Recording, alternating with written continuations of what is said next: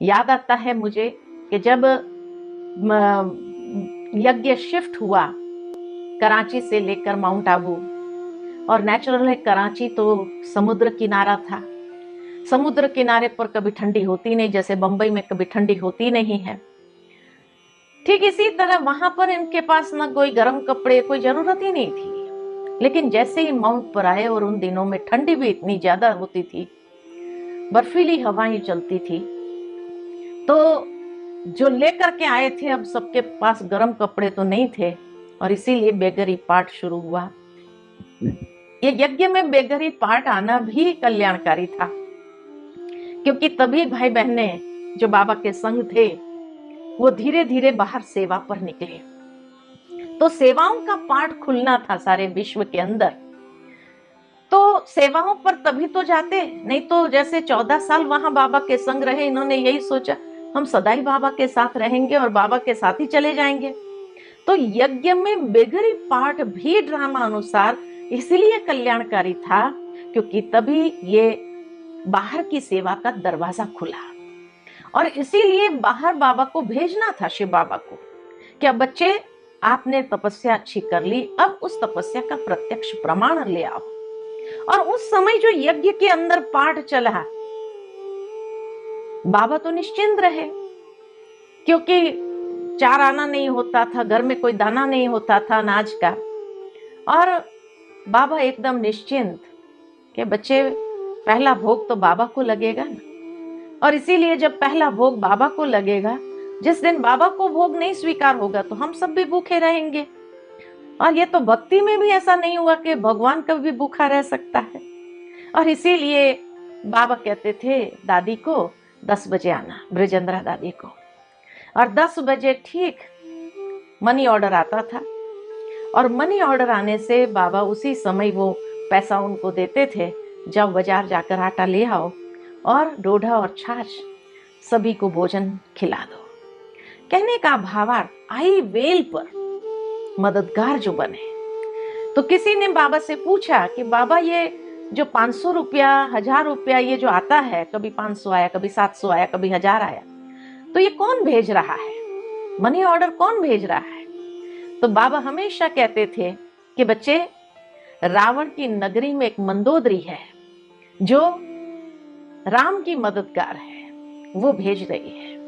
बंधन में थी वो माता, लेकिन सब्जी में से उसके परिवार वाले इतना अटेंशन रखते थे, क्योंकि वो जानते थे कि ये दादा के साथ जुड़ी हुई है, बाबा के साथ जुड़ी हुई है, और कहीं ना कहीं वो भेज ना दे, इसीलिए इतना गिनती का पैसा देते थे, सब्जी लाने का, अनाज लाने का, उसमें से वो बचाती थी 500-700 रुपया जो बचा करके निकाला। और उस जमाने में 500-700 तो बहुत बराबर होता था, उसमें से बचा करके वो बाबा को भेज देती थी।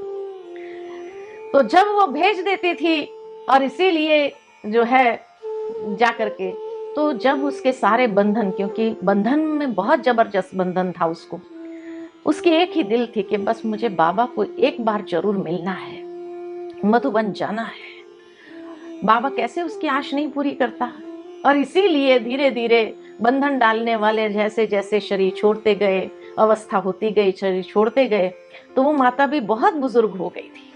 और बहुत बुजुर्ग होने के नाते वो जो है, जब बंधन मुक्त हुई तो उसने बाबा को पत्र लिखा या टेलीफोन किया कि बाबा मैं आ रही हूँ। आप सोचो बाबा की खुशी का कितना अपरंपार।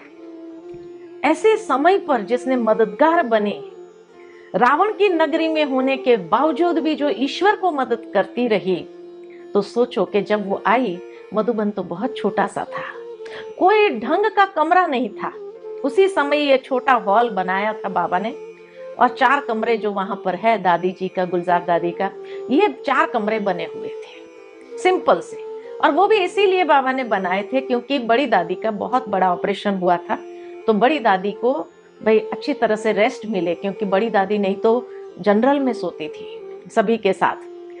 2 हॉल थे तो उसमें सारी बहनें सोती थी, एक में 10 बेड थे, दूसरे में 10 बेड थे, बाकी तो सेवाओं में बाहर थे, तो उसी में दादी भी रहती थी। इतना त्याग किया है इन लोगों की, अगर हिस्ट्री जब सुनते हैं तो लगता है कि सचमुच इन्होंने कितना जीवन के अंदर जो त्याग किया है और फिर भी आज्ञाकारी बन करके चले। तो जब उसका फोन आया, बाबा मैं आ रही हूँ फलानी ट्रेन से, तो बाबा ने कहा कि बच्ची आएगी, इतने बड़े घर की है वो, तो कहाँ रखेंगे उसको। तो जब आपस में बातचीत होने लगी तो बाबा ने कहा मेरा कमरा मैं खाली कर देता हूँ और मैं जो है पैसेज में सो जाऊंगा। लेकिन बच्चे इतने बड़े घर के हैं और नेचुरली उसको उस तरह की सुविधा में रहने की आदत है, तो बाबा अपना कमरा खाली करेंगे। अब आप सोचो, बाबा अपना कमरा खाली करें, ऐसा हो सकता है क्या। तो उस समय फिर दादी ने कहा नहीं, मैं जनरल में रहूंगी, बाबा आप अपना कमरा नहीं खाली करो, आप वहीं रहो और मेरे कमरे में वो रहेगी। दादी ने अपना कमरा खाली करके उसके लिए दिया। यानी जिसको कहे कि बहुत खातिरी बाबा ने किया। और क्यों किया, जैसे दुआएं बरसती रही बाबा के नित्य उस आत्मा के प्रति, क्योंकि आई विल पर सहयोगी बनी। तो भावार्थ ये कि समय पर, आवश्यकता के समय पर जो सहयोगी बनते हैं वो विशेष दुआओं के पात्र बन जाते हैं।